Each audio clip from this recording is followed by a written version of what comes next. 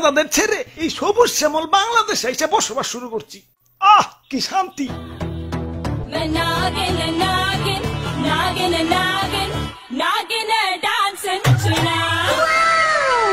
আহ তোমার নাচে সন্তুষ্ট হইয়া তোমারে আমার 101তম বিবি বানাইলাম। যাও বাসর ঘরে অপেক্ষা করো, দুমাইয়া বংশ বিস্তার হবে। হুজুর বাংলাদেশে আইসা তো সেলিব্রিটি হয়ে গেলাম, আমগো কাছে তো কাঁচা বাদাম হিরো আলম ফেল। নেটে ঢুকলেই খালি আমগো ছবি। কও কি? তাইলে তো আমার একটা ইউটিউব চ্যানেল খোলা দরকার। কিরে রাত সবাই তো ফাঁকা ফাঁকা লাগতেছে কে? সেনাপতি কো? ও R15 কিনতে গেছে, লগে একটা গোপ্রো ক্যামেরাও। ও ব্লগিং শুরু করবো। আর মন্ত্রী কো? মন্ত্রী তো বিয়া করতে গেছে, কাপল ব্লগ শুরু করবো। পরে বুইড়া বেডি বিয়া করতে কইও, আর নামের আগে প্রিন্স লাগাইতে কইও, ভালো মার্কেট পাইবো।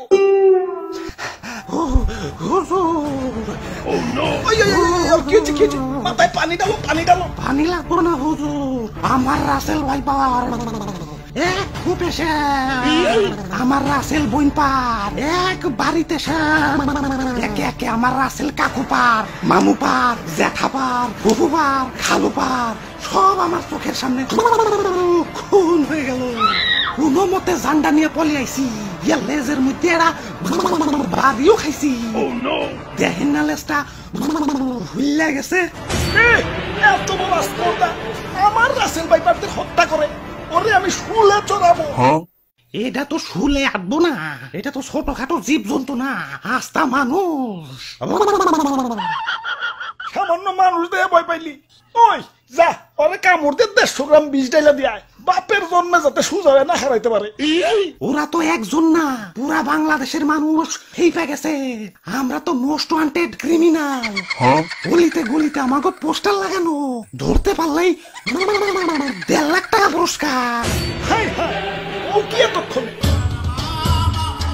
হুজুর এই মাত্র খবর পাইলাম মন্ত্রী সাহেব বিয়ার আসরে বউ সুদ্ধা খুন হয়েছে, আর সেনাপতি R15 সহ আটক হয়েছে। রাম গোপুরে তো খেপছে কে? দেশে তো আরো সাপ আছে, অগরতে তো মারে না। সামান্য 150 জনের একটা গ্রুপ নিয়ে বাংলাদেশে আইছি, বংশ বিস্তারই করা পারতাছি না, এর মধ্যে সব শেষ দিয়ে দিতেছে। না এভাবে চলতে থাকলে তো বংশ নির্বংশ হয়ে যাবো। হুজুর ফেসবুকে ভাইরাল হওয়ার পর থেকে আমাকে মৃত্যুর হারারও বাইরে গেছে। বাংলাদেশের 1.5 বছরের বাচ্চাও এখন আমাকে চিনে, মানুষের সামনে পড়লেই খেল খতম। কি এলাকায় নতুন নাকি? আসো পরিচিত হই, আমি ধরা সাপ। মানুষ আমার তেমন কিছু কয় না, খুব নিশ্চিন্তে জীবন কাটাইতাছি। যাই খিদা লাগছে, একটা ব্যাং ধরি গে। কিরে ও কি কয়ে গেল? হুজুর ধরা সাপরে কেউ মারতে চায় না, ও বলা প্রাণী তো মাফ করে দেয়। ওই বুদ্ধি একটা পাইছি, বাইসা থাকতে হইলে ধরা সাপ হইতে হইব। মানে মানে কিছুই না, আমাকে প্লাস্টিক সার্জারি করতে হইব। যাও এটা দক্ষ রং মিস্ত্রি ডেকে নিয়ে হোক।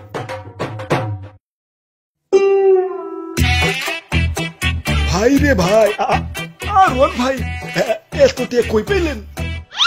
এটা কি? পুরস্কার পুরস্কার পুরস্কার, রাসেলস ভাইপার ধরিয়ে দিতে পারলেই 1.5 লক্ষ টাকা পুরস্কার। আপনারা রাসেলস ভাইপার ধরছেন নাকি? এত বড় সাহস আপনার? আব্বে হালায়, বুদ্ধি থাকলে সাহস লাগে না। এই যে দেখো এগুলা কি? জঙ্গলে যাইয়ে এটা ধরা সাপ বেরোলো, রং সং করে রাসেলস ভাইপার বানিয়ে দিই, বাস ডুপ্লিকেট রাসেলস ভাইপার জমা দিয়ে কসকসা পুরস্কার নিয়ে আহি। সিম্পল।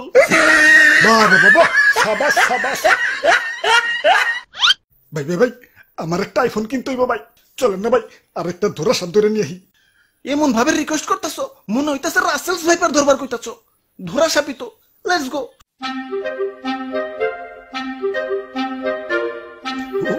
ওই যে ভাই, ওই যে এটা ধরা সাপ।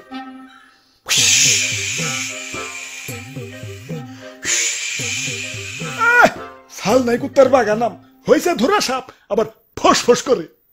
চুপ ভাই, কেমন না দিল আমার বাড়িতে ভাই, ছোট ছোট 2টা বাচ্চা ভাই। আরে ধরা সাপের কামড়ে কিছু হয় না। হাসানি? হ হাসা। তাহলে ভাই আপনি একটা কামড় খান।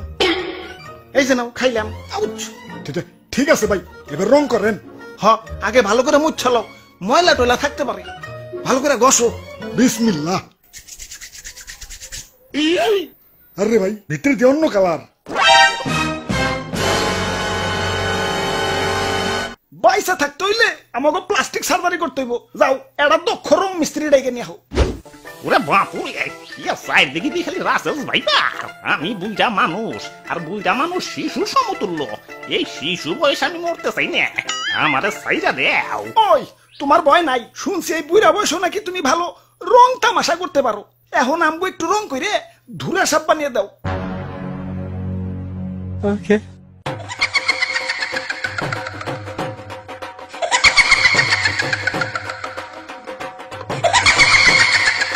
তে কাম হইছে, এটা তো ধুরা সাপ না। তে রাজানি রং করে ধুরা সাপ বানিয়ে দিছে। खत्म। Bye bye, tata, good bye, गया।